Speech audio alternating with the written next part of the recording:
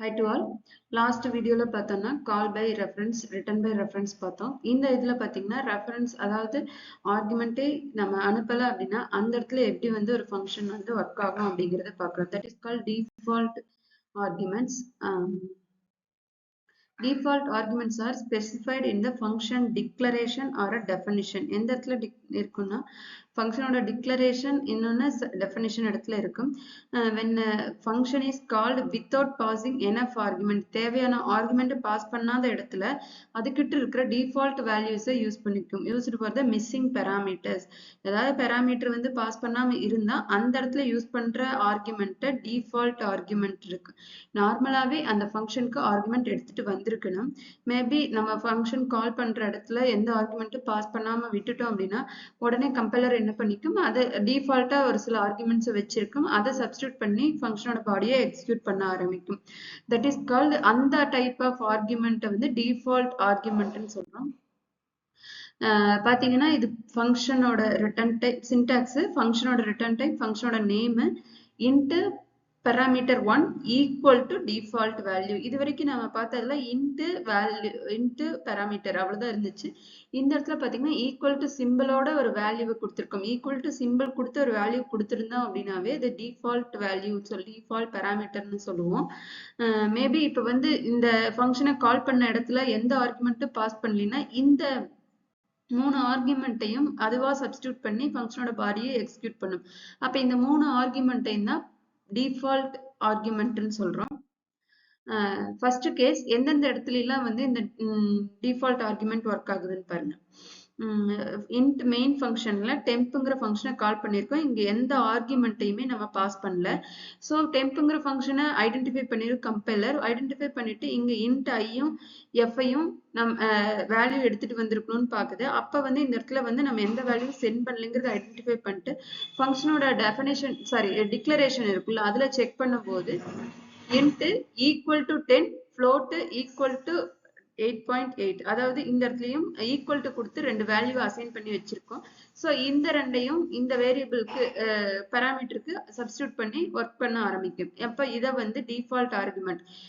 Otherwise இப்ப வந்து நம்ம இங்க டெம்ப்ங்கிறதுல இருந்தே ரெண்டு ஆர்குமெண்ட் இங்க சென்ட் பண்ணியிருந்தோம் அப்படின்னா இதை வந்து ஆக்சஸே பண்ணியிருக்காது.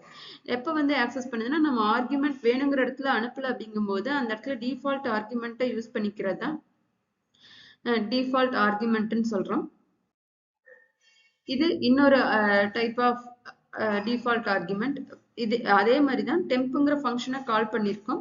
கால் பண்ணும்போது ஒரே ஒரு ஆர்குமெண்ட்டை மட்டும் சென்ட் பண்ணியிருக்கோம். அப்போ ஃபர்ஸ்ட் இருக்கிற வேரியபிள் அந்த ஆர்குமெண்ட்டை கெட் பண்ணிக்கும், செகண்ட் வேரியபிளுக்கு வேல்யூ இருக்காது. அப்போ ஃபங்க்ஷனோட டிக்ளரேஷன்ல சர்ச் பண்ணும்போது அந்த இடத்துல ஒரு வேல்யூ இருக்கும், அந்த வேல்யூவை இங்கே சப்ஸ்டியூட் பண்ணி ஒர்க் ஆகும். ஸோ தட் இஸ் இங்க வந்து ஃபர்ஸ்ட் ஆர்குமெண்ட் வந்து பாஸ் பண்ணியிருக்கோம், செகண்ட் ஆர்குமெண்ட் வந்து ஃபங்க்ஷன் டிக்ளரேஷன்ல எடுத்திருக்கோம். அப்ப இதை மட்டும்தான் டிஃபால்ட் ஆர்குமெண்டா யூஸ் பண்ணியிருக்கோம். நெக்ஸ்ட் டைப் பாத்தீங்க அப்படின்னா ரெண்டு ஆர்குமெண்ட்டுமே ஃபர்ஸ்ட் மெயின் ஃபங்க்ஷன்ல இருந்தே பார்க்கலாம். இன்ட் மெயின்ல இருந்து டெம்ப்ங்கிற ஃபங்க்ஷனை கால் பண்ணியிருக்கோம், ரெண்டு ஆர்குமெண்ட் பாஸ் பண்ணியிருக்கோம், ரெண்டு ஆர்குமெண்ட்டையும் int i comma float F ரெண்டு இடத்துல ரிசீவ் பண்ணியிருக்கோம். ஸோ இங்க பாத்தீங்கன்னா ரெண்டு ஆர்குமெண்ட் சென்ட் பண்ணிருக்கோம், ரெண்டு ஆர்குமெண்ட்டையுமே இங்க ரெண்டு ஆர்குமெண்ட்டுமே சென்ட் பண்ணிருக்கோம். ஸோ இந்த டிஃபால்ட்டா ஃபங்க்ஷன் டிக்ளரேஷன்ல இருக்கிற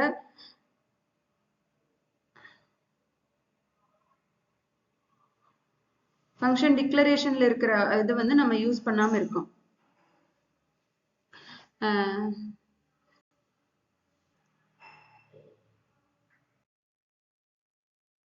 நெக்ஸ்ட் பார்த்தோம் அப்படின்னா இந்த இடத்துல பார்த்தோம்னா நம்மளுக்கு ஒரு ஃபங்க்ஷனை கால் பண்ண இடத்துல 3.14ங்கிற ஒரு வேரியபிள வேல்யூ மட்டும்தான் சென்ட் பண்ணியிருக்கோம். ஃபங்க்ஷனோட பாடியில ரிசீவ் பண்ற இடத்துல ஃபர்ஸ்ட் பாத்தீங்கன்னா இன்டீஜர் வேரியபிள், நெக்ஸ்ட் தான் ஃப்ளோட் வேரியபிள் இருக்கு. எப்பவுமே stack method first in first out, அதாவது ஃபர்ஸ்ட் வரதை ஃபர்ஸ்ட் வேரியபிளுக்கு அசைன் பண்ணோம். இங்க 3.14ங்கிறது ஒரு ஃப்ளோட் வேல்யூ, இங்க வந்து நம்ம வந்து எடுத்துட்டு வரதை ஃபர்ஸ்ட் இதுக்கு அசைன் பண்ணலான்னு பார்த்தா இது இன்டீஜர் வேரியபிள். ஸோ இந்த இடத்துல கண்டிப்பா ஒரு எரர் அக்கர் ஆகும். இந்த மாதிரி இடத்துல நம்ம வந்து கான்சென்ட்ரேட் பண்ணி மேபி ஆர்குமெண்ட் சென்ட் பண்ணாம இருந்துட்டோம் அப்படின்னா இந்த இடத்துல இன்ட்டுக்கு ஐக்கு வந்து 10ஐயும் ஃப்ளோட்டுக்கு வந்து 8.8ஐயும் சப்ஸ்டியூட் பண்ணி பாடி ஒர்க் ஆகும். ஆனா நம்ம வந்து இந்த மாதிரி மேட்ச் பண்ணி நம்ம ஆர்குமெண்ட் சென்ட் பண்ணோம் அப்படின்னா கண்டிப்பா அந்த இடத்துல எரர் அக்கர் ஆகும். இதுதான் வந்து டிஃபால்ட் ஆர்குமெண்ட். தேங்க்யூ.